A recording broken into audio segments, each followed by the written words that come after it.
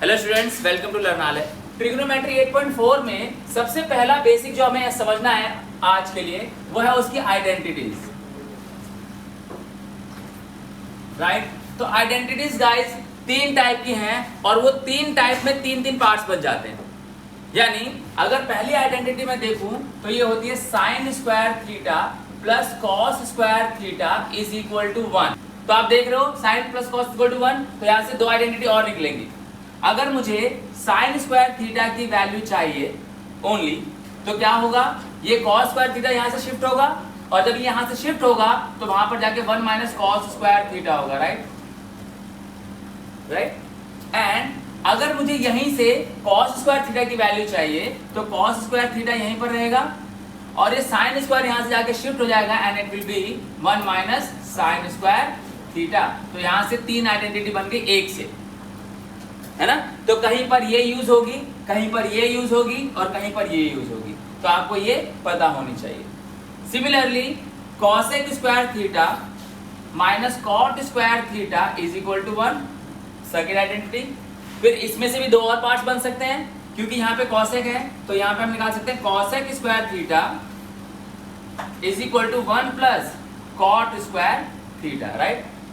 And again cot square theta, अगर इसकी value आपको चाहिए तो आप कॉट स्क्वायर थीटा को शिफ्ट करोगे तो ये कॉट स्क्वायर थीटा वहां जाएगा राइट हैंड साइड पे, तो ये पॉजिटिव यानी प्लस हो जाएगा और ये 1 यहां से शिफ्ट होगा तो यहाँ के क्या हो जाएगा minus. The value you will have is cot square theta is equal to cosec square theta minus 1। ये समझो आप, यहां से कॉट क्या हुआ, कॉट को शिफ्ट किया हमने क्योंकि कॉट नेगेटिव है, तो इस कॉट को नेगेटिव की जगह पॉजिटिव में कन्वर्ट करने के लिए आपको कॉट की वैल्यू निकालनी है, तो वहां जाके पॉजिटिव होगा।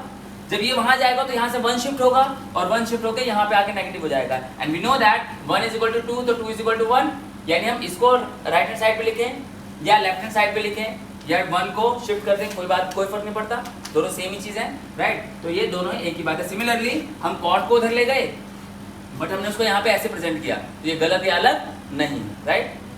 क्लियर। ये सेकेंड आइडेंटिटी का group. Third identity sec square theta minus tan square theta is equal to 1। तो sec square theta minus tan square theta is equal to 1।